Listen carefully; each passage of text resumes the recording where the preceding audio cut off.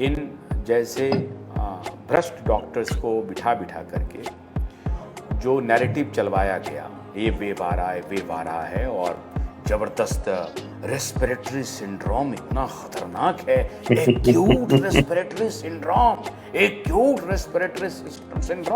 तो ये जो यहाँ के सो कॉल्ड डॉक्टर्स हैं, जो कि पूरी दुनिया को ये बता सकते थे कि इस देश में हजारों लोग सड़क पर दिल्ली में ठंड में बैठे हुए हैं, जब आप तस्वीर दिखा रहे हो कि इन्फेक्शन मास आउटब्रेक कर गया है, तो मास तो सड़क पर बैठा हुआ है, तो मास में आउटब्रेक हो ही नहीं रहा है। मास सड़क पर बैठा है और वो कह रहा है मास आउटब्रेक हो गया। तो ये टेस्ट केस तो इनको बिठा करके सौम्या स्वामीनाथन को देना चाहिए था। सौम्या स्वामीनाथन गायब हो गई और हमारे देश का प्रधानमंत्री बोलने लगे कि हमारे देश के लोगों ने सेक्रीफाइस कर दिया, बूटी लगा ली 200 करोड़। तो अब ये टेस्ट, ये हमारे गांव के लोग समझ रहे हैं, आप समझा रहे हैं।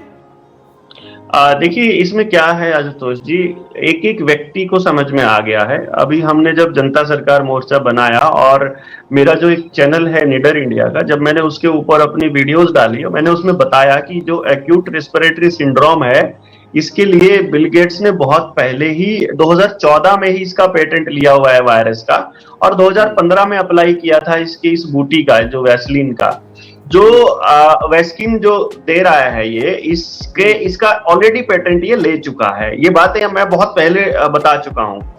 मैं ज्यादा एक चीज आपको बताऊं, इसके अंदर इस बीमारी और इसकी बूटी, ये प्रॉब्लम नहीं है अब हरियाणा में, तो एटलीस्ट नहीं है। मैं आपको बता देता हूं, एक सिंगल व्यक्ति नाम नहीं ले रहा है, एक भी आदमी नहीं ले रहा है। और अस्पतालों के अंदर वो लोग जो नर्सिस हैं और जो डॉक्टर्स हैं, वो क्या कर रहे हैं, आधार कार्ड का डेटा उठा रहे हैं और वहां से जबरदस्ती उनको सर्टिफिकेट भेज रहे हैं कि लो तुमको तीसरा भी लग गया, कि लो तुमको तीसरा लग गया। मतलब लगा कोई नहीं रहा, व्यक्ति कोई नहीं जा रहा है अस्पताल में, ना ही उनको आने दिया जा रहा। गांव में बैन है, जो हेल्थ वाले लोग हैं वो बैन है गांव के अंदर।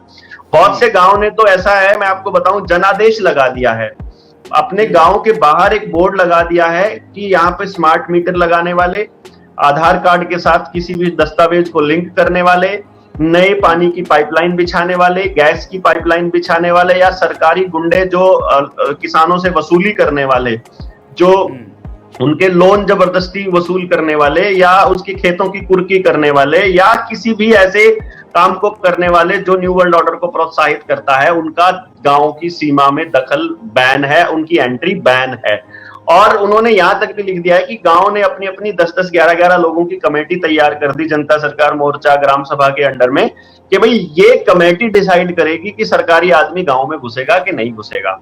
अभी चाहे किसी का बिजली का बिल पेंडिंग हो, चाहे किसी का कोई और दिक्कत हो, गांव में ना कोई छापा पड़ेगा, ना कोई गांव में पुलिस घुसेगी, ना कोई गांव में कोई भी सरकारी कर्मचारी घुसेगा, जब तक वो उन 11 लोगों की मेंबरिंग से परमिशन ना ले ले।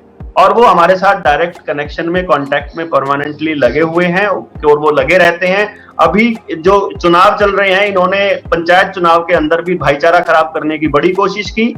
और ऐसे गांव जिनको न्यू वर्ल्ड ऑर्डर समझ आ गया है, जिनको पूरा खेल समझ आ गया है, उनके बहुत से गांव ने, सैकड़ों की संख्या में ऐसे गांव हैं हरियाणा के अंदर, जिन्होंने सर्वसम्मति से अपने पंचायत में अपने सरपंच और मेंबर चुन करके भेज दिए हैं। और उनको जनता सरकार मोर्चा आने वाले वक्त में सम्मानित भी करने वाला है, उन सारों को एक प्लेटफॉर्म पे भी बुलाने वाला है कि आप लोग थे वो योद्धा जो इस न्यू वर्ल्ड ऑर्डर को धज्जियां जिसकी उड़ा रहे थे।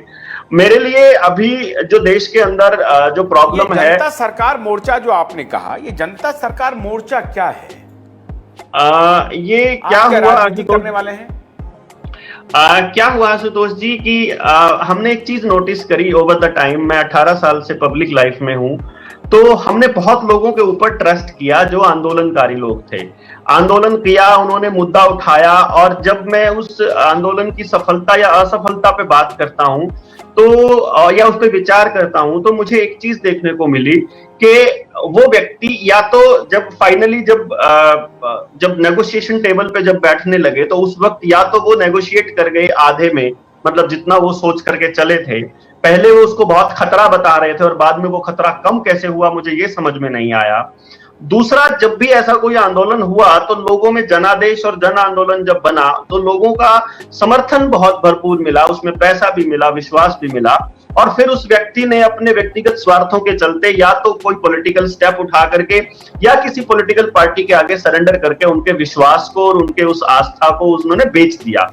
तो ये सोच करके हमने एक योजना बनाई, कुछ साथियों ने, मेरे साथ में नरेंद्र भाई हैं, सुशील है, सुनील है, इन्होंने एक प्लान किया कि यार एक काम करते हैं, आने वाले वक्त में ये फिर होगा। अभी तो हम लोग इस वैक्सीनेशन वाले प्रोग्राम की खिलाफत कर रहे हैं, मान लो, अभी तो हम सरकारों के इस प्रोपेगेंडा को ओपन कर रहे हैं, लोगों को समझ आ रहा है, लोगों जबरदस्ती भी हो रही है, तो हम एक मोर्चा तैयार करते हैं, लोगों को इकट्ठा करने का काम करते हैं। और अभी जब ये लोग आ जाएंगे लेकिन ये उसी टाइम बंद कर देंगे तो हम लोगों को ये मोर्चा बंद करना पड़ेगा। तो क्यों ना एक ऐसा काम किया जाए कि एक व्यवस्था परिवर्तन की एक लड़ाई शुरू की जाए, जिसके अंदर हम ये तय करें कि शिक्षा, स्वास्थ्य और न्याय, ये 3 चीजों में कम से कम पैसा नहीं लगेगा किसी का भी। शिक्षा पे एक भी पैसा खर्च ना हो किसी का, स्वास्थ्य पे एक भी पैसा खर्च ना हो, और न्याय प्रणाली में पैसा खर्च ना हो। ये व्यवस्था गांव अपने आप करे। और दूसरा स्टेप था कि गांव अपना जल, जंगल, जमीन और जानवर पे अपना अधिकार रखे। इनकी मदद से वो अपनी खेती भी कर सकता है, अपना अन्न उगा सकता है, अपना बीज उगा सकता है। तो इन चीजों के ऊपर किसान का अपना हक होना चाहिए। और इसके लिए हम लोगों को सरकार के पैरेलल में एक सरकार खड़ी करनी पड़ेगी, जहां पे ये यकीन दिला जाए कि असली मालिक देश की जनता है, और जो ये ब्यूरोक्रेट्स हैं और जो ये नेता हैं, ये नौकर हैं। अगर आप हमारा लोगो देखेंगे तो हमारे लोगों में भी, लोगों का भी कॉन्सेप्ट यही है, उसके अंदर भी यही दिया हुआ है हमने अपने लोगों में, कि जनता ही सरकार है।